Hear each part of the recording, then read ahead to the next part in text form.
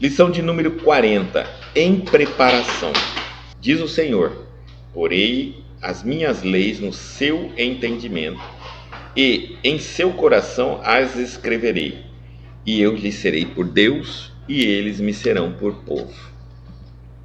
Vamos ler depois, entramos nas explicações. Traduziremos o Evangelho em todas as línguas, em todas as culturas, exaltando-lhe a grandeza, destacando-lhe a sublimidade, semeando-lhe a poesia, comentando-lhe a verdade, interpretando-lhe as lições, impondo-nos ao raciocínio, aprimorando o coração e reformando a inteligência, renovando leis, aperfeiçoando costumes e achando caminhos. Mas virá um momento em que a boa nova deve ser impressa em nós mesmos, nos refolhos da mente, nos recessos do peito, através das palavras e das ações, dos princípios e ideais, das aspirações e das esperanças, dos gestos e pensamentos. Porque, em verdade, se o céu nos permite espalhar-lhe a divina mensagem no mundo, um dia exigirá nos convertamos em traduções vivas do Evangelho na terra. Bonita mensagem. Então, é uma carta que Paulo envia aos hebreus dizendo assim, diz o Senhor: porei as minhas leis no seu entendimento. O entendimento nosso é a consciência, né? Teremos a consciência das leis de Deus. A consciência das leis de Deus é mais do que acreditar ou não acreditar. A consciência da lei de Deus é entendê-la, é estar consciente, ciente com ela, participar, entender, compreender, aceitar e vivê-la. E em seu coração as escreverei, no coração. E eu lhes serei por Deus, e eles me serão por povo. Porque ele vai escrever no coração, né? Interessante. Porque no coração onde nós sentimos. Então nós vamos também, não só entender, como sentir a lei de Deus. Com o tempo isso fará. Lembra que tudo que Deus fala parece que é algo de agora, já, mas leva milênios de anos. Tanto que nós estamos até hoje passando pelo processo para que essa lei entre na nossa consciência e seja escrita em nosso coração. Aí ele diz assim, Emmanuel: traduziremos o Evangelho em todas as línguas. E é verdade.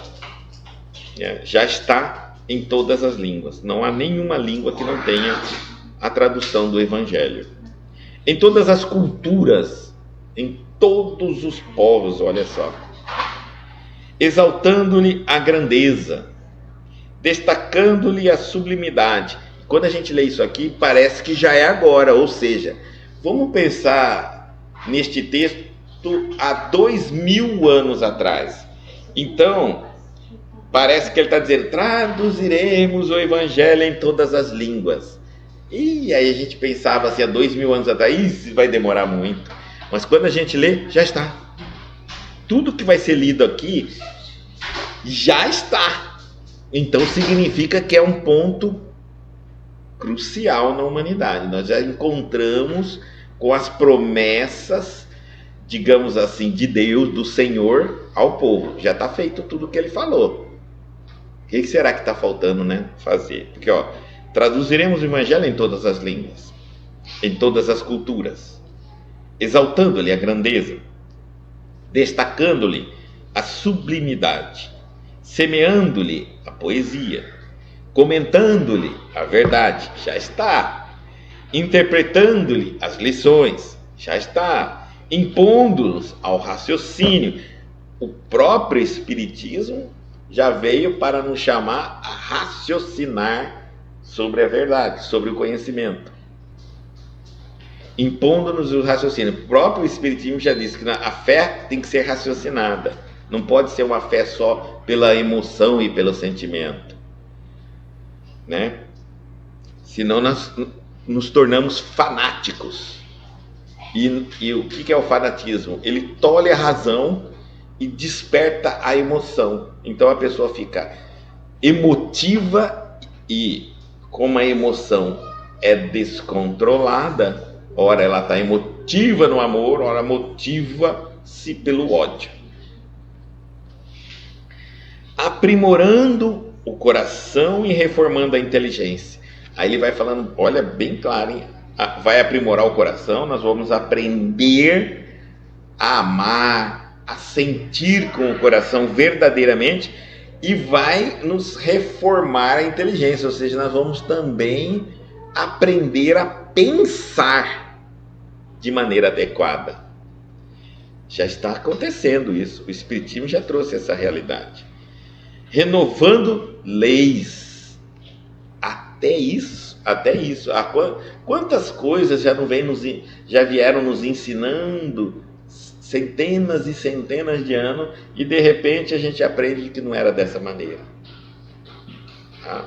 E temos que estar preparados para renovar as leis, para entender diferente e agir de maneira diferente. Aperfeiçoando costumes e aclarando caminhos. E aqui ele está falando que isso vai ser, que essa verdade, essas leis, vão mudar até os nossos costumes. A cultura vai ser mudada, tudo vai ser transformado e vai aclarar caminhos, porque vai não só vai desenvolver novos caminhos, como os caminhos antigos que estavam meio obscuros, eles se aclaram. É mais ou menos assim. Existiam direções que havia muitas dúvidas, e como havia muitas dúvidas, ninguém seguia. Já clareiam esses caminhos e a gente começa a seguir nesses caminhos, trafegar nesses caminhos, né? Os costumes modificam. Por quê? Porque a gente vai ver assim, vamos colocar aqui, por exemplo, a escravidão, tudo que era antigamente algo comum, algo praticável pela sociedade, já passa a não mais ser praticável, não mais ser comum. Até porque o Evangelho, ele veio para nos tornar mais humanos. Então aquilo que não é mais humano, foi uma criação humana, uma criação social, isso vai caindo por terra e vai estabelecer apenas aquilo que é humanamente correto ser feito. Mas ele diz, mas virá um momento em que a boa nova deve ser impressa em nós mesmos. Então haverá um momento em que não vai mais importar livros, bíblias, traduções, evangelho nesse sentido. Estou te falando assim, não de que ela será uma verdade, não de que ela será desconsiderada como uma verdade, não. Mas nós não precisaremos mais ler, não precisaremos mais estudar, não precisaremos mais tirar dúvidas dela. Porque ele está falando bem claro, mas virá um momento em que a boa nova deve ser impressa em nós mesmos. Então nós passaremos a aplicar o conhecimento bíblico. Nós passaremos a viver esse conhecimento, de tal forma que só nos observando estaremos ensinando as leis de Deus. E ele diz assim, nos refolhos da mente.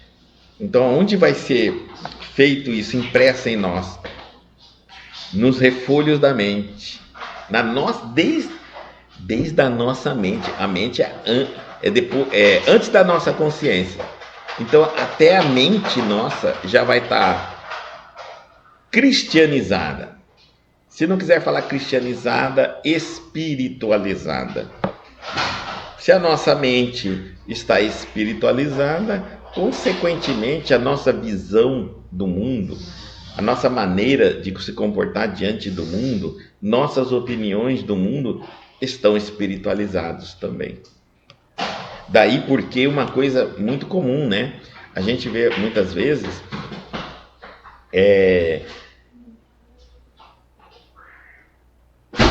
uma pessoa lê bastante livros religiosos, espiritualizados, estuda bastante, mas o seu comportamento diante da vida, as suas escolhas na vida, ela não é compatível com os ensinamentos da religião. É por isso que algumas pessoas dizem assim, é um paradoxo. O ser humano é um paradoxo, né? Às vezes eu por exemplo, eu sou um religioso aparentemente, vou na missa, vou no centro, vou num terreiro, onde quer que vá, mas eu sou um traficante. Olha, um paradoxo, né? Para a gente entender. Por quê? Porque a religião não atingiu a mente do ser humano nesse processo. Porque quando atinge a mente, aí sim, ele é um religioso. E até lá, ele é um admirador da religião. Ele estuda, ele lê, ele interpreta, ele entende, ele discute, ele debate, mas daí transformar a religião num ato, numa atitude dele, vai levar ainda diversas reencarnações. E aqui nós precisamos entender isso também. Muitas vezes a gente vê uma pessoa que a gente ama muito e a distância dele dos ensinamentos do Cristo é muito grande no comportamento, no entendimento, e nós queremos que essa pessoa se transforme da noite para o dia. É impossível. A transformação leva a escalada. Muitas vezes a pessoa está tendo contato nessa reencarnação com a verdade, mas a transformação dela só na próxima reencarnação. Isso é muito natural. Muito, muito, muito natural, tá? Então a gente tem que tomar cuidado para não ser muito apressado, ansioso, para querer que as pessoas já tomem o conhecimento da verdade, já se transformem e daqui já vai para o céu. Não vai. Nessa única reencarnação, não vai. Tá? Tem que ter mais paciência, tolerância. E quem está tentando, lutando para encontrar essa verdade, para estudar essa verdade, para entender essa verdade, tem que ter persistência. Até que penetre na nossa mente, a ponto de eu pensar e sentir como os ensinamentos, leva-se tempo. E aí ele diz assim, nos recessos do peito, onde ficaria o coração, que ele está falando, há uma maneira de falar assim, também no coração, vai sentir a lei. Que ele está falando sobre as leis. Você vai sentir a lei. Não só pensar racionalmente e dizer, tem lógica. Não, você vai sentir isso. Você vai sentir que é a melhor escolha. Através das palavras e das ações. Você vai sentir através das palavras e das ações. Suas palavras, suas atitudes já começam a ficar afinadas com o cristianismo, né? Você tenta buscar a justiça, você fala sobre a paz, você fala sobre o amor. Então você já começa a querer ver, viver, sentir aquilo. Dos princípios e ideais, das aspirações e das esperanças, até o que você deseja como futuro seu, e até a sua esperança está calçada no Evangelho, no conhecimento, os seus princípios, os ideais. Hoje, a humanidade, nós não temos muitos princípios, nós temos metas e objetivos. E deixamos os nossos princípios de lado. Tanto que você vai ver uma pessoa que depende do assunto, ela tem uma tendência completamente contrária da religião ou a favor da religião, que ela mesma escolheu. Completamente moral ou imoral, justa ou injusta. Isso porque os nossos princípios não são leais à nossa filosofia de bondade e de amor, não tem base numa única coisa, o Cristo. Então, enquanto nós não temos uma base no Evangelho de Jesus, nós alternamos, né? Se você é meu amigo, beleza, eu posso até ser um cristão com você, é fácil. Mas se você é o meu inimigo, esquece o Evangelho de Jesus, você vai pagar caro. Então, essa alternância de princípios também é natural. As inspirações e as esperanças, dos gestos e pensamentos. O seu gesto, ele fica cristianizado. O teu pensamento fica cristianizado.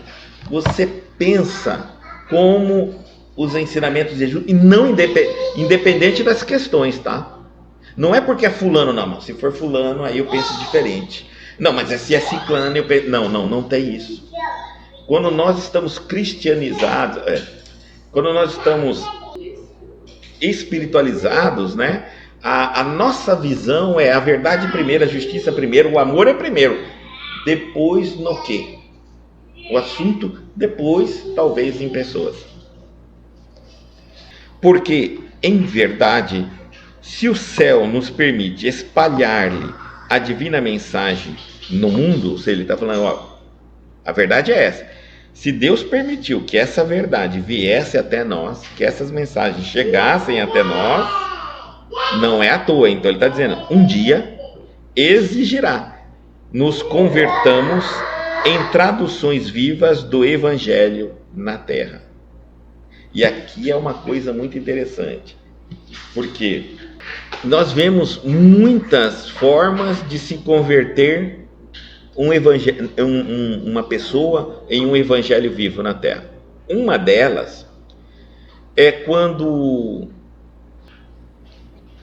eu ser uma pessoa com uma memória avantajada tremenda, e então eu consigo decorar a Bíblia inteira. Você vai falar, não existe. Existe um monte de pessoas assim. Inclusive, antigamente, os hebreus, eles tinham que, aos 12 anos de idade, um jovem de 12 anos de idade, tinha que citar o Alcorão, o Torá, decor e salteado. Tá certo? Era natural isso. É assim que eles atingiam, eram considerados uma fase da sua adolescência. Hoje em dia isso acabou, então é raro ver alguém que decorou algum versículo de algum capítulo bíblico, tá? Mas muito dessas práticas ainda tem no Oriente Médio. Então, essas mentes, que eu digo assim, capazes, né, de decorar mesmo textos inteiros, do jeitinho que eles estão escritos, ele passa a ser uma tradução viva do Evangelho, verbal. Esses espíritos, eles geralmente, eu tenho a Bíblia inteira na minha cabeça, mas eu não tenho a minha mente, o meu espírito não está elevado, eu não tenho os comportamentos, os sentimentos, né? As palavras aderidas a esse conhecimento. Então, esses espíritos são muito utilizados no plano espiritual para reencarnar em planetas onde precisa se levar a palavra de Deus. E aí eles chegam lá, vão reencarnar nesse planeta, lá eles têm tudo decor. Eles são capazes de reescrever a Bíblia, o Alcorão, o Torá, seja o que for que eles decoraram. Então eles são muito úteis. Outra forma também de se utilizar dessas pessoas é que, como elas acabam conhecendo profundamente os textos bíblicos, mas não as pratica, a ensina, a divulga, eles também são enviados e não desenvolve o amor, o sentimento, né? Eles também são enviados em locais, em planetas, se fosse na Terra, em cidades, onde eles precisam ir divulgar, sair divulgando, fazer esse trabalho de divulgação, porque eles já estão preparados para isso. É como se fosse um alto-falante, um CD humano, para saírem divulgando as verdades. E existe, que é o mais ideal, é quando eu, conhecendo as Escrituras, acabo me tornando, alinhando a minha mente, o meu pensamento, a minha consciência, o meu coração, os meus atos e os meus sentimentos. Aí é o que ele está falando aqui, em traduções vivas do Evangelho na Terra. Agora, claramente que quando a Terra passar para esse período de regeneração, essas etapas de apenas falar com as palavras, mas não exercitá-las na sua vida, elas claramente nós iremos para locais onde precisa se divulgar a palavra. E ficarão aqui aqueles que mais têm espaço, vontade e de praticar os ensinamentos do Cristo. Mas como a gente diz, não é assim, ó, você dormiu num planeta de prova e expiação e acordou num de regeneração. Não, são 1000 anos desde o início do processo. Aí 1000 anos. Terminamos então a nossa lição de número 40 em preparação, mostrando a clareza de que a intenção toda do Evangelho, da divulgação do Evangelho, é uma vontade do Senhor. Quando ele diz, porei as minhas leis no seu entendimento e em seu coração escrevi, e eu lhes serei por Deus e eles me serão por povo. Mostrando assim, para o cristão seguir, ler a Bíblia, estudar e entender é um dever cristão. Não é uma vontade humana, não é uma cultura humana, é uma cultura espiritual. E é por isso que a gente vê todo o espiritismo trazendo, resgatando o Evangelho de Jesus através de Kardec. Porque ter conhecimentos, saber por saber as coisas, sem ligar ela ainda ao Evangelho do Cristo, é um conhecimento perigoso, eu diria até dúbio, e depende do seu estado de humor para você usar um conhecimento. Com o mesmo conhecimento que você liberta uma pessoa, você a aprisiona no inferno, ou se coloca no inferno, ou se liberta. Tá bom?